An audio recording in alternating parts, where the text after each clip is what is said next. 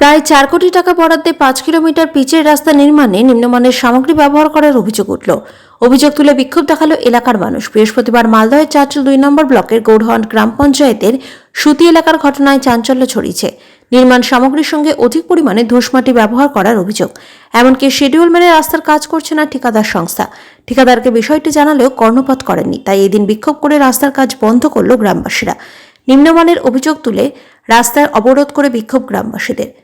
দুর্নীতির জন্যই নিম্নমানের সামগ্রী ব্যবহার করে যত্রতত্রভাবে কাজ করা হচ্ছে বলে অভিযোগ। কার মদতে দুর্নীতি হচ্ছে সেই প্রশ্নই তুলেছেন বাসিন্দারা।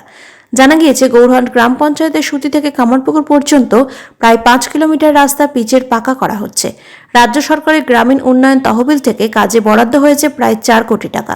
প্রকল্পের কাজটি বাস্তবায়িত করার দায়িত্বতে রয়েছে মালদা জেলা পরিষদ। অভিযোগ, এইভাবে রাস্তা নির্মাণ করা হলে বেশি দিন টিকবে না।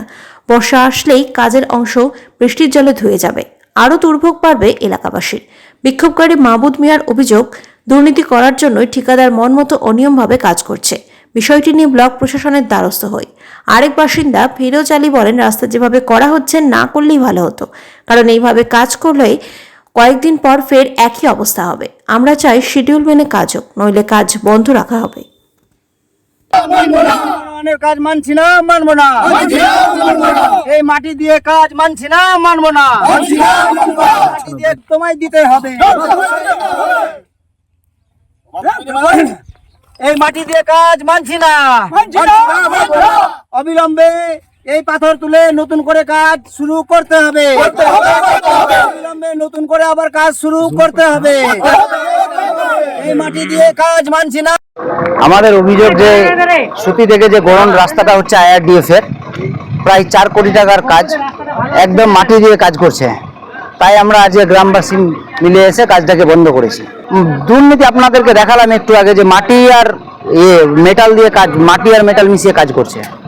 মাটি হচ্ছে 3 ভাগ, মেটাল হচ্ছে 1 ভাগ। শিডিউল মেনে কাজই করেনি। আমরা জানা মতে আমাদের যেখানে এই রাস্তাটাকে মাটিটা সমান করে 6 ইঞ্চি আপনার জিএসবি করার কথা, ওই পাথর আর বালি মিশিয়ে 6 ইঞ্চি জিএসবি হবে, সেটাও কোথাও হয়নি। এই রাস্তা 10 দিন 15 দিন আর কি, এর থেকে বেশি টিকবে না। প্রশাসনকে জানিয়ে প্রশাসনকে আমরা জানাতে যাবো আজকে। আমরা চাইছি যে রাস্তাটা যেভাবে শিডিউল আছে ওইভাবে কাজ হোক।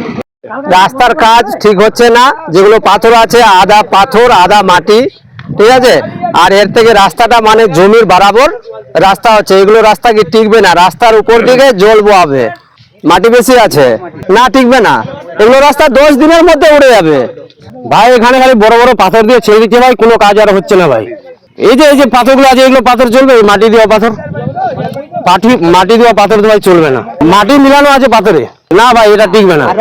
আমি ভাই এটা কালকেই অবজেকশন করেছি, এরা আমার কথা শুনুনি ভাই। আমরা চাইছি, আমি তো কাল থেকে কাজ বন্ধ করে দিতে চাইছিলাম। আমি বলেছিলাম যে প্রধানকে ফোন করবো, আমরা গাড়ি রাস্তাটা এখানে বন্ধ করে দেবো। হ্যাঁ, কাজ বন্ধ রেখেছি, কাজ করতে দেবো না। ভালো কাজ না হলে রাস্তাটাকে হাইট করতে হবে। এই যে বড় বড় বোল্ডার গুলো আছে, কত বালি আছে, দিয়ে আছে, মাটি আছে, দেখেন এগুলোতে কাজ চলবে? পিচটাতে ধরবে না, পিচে ধরবে না।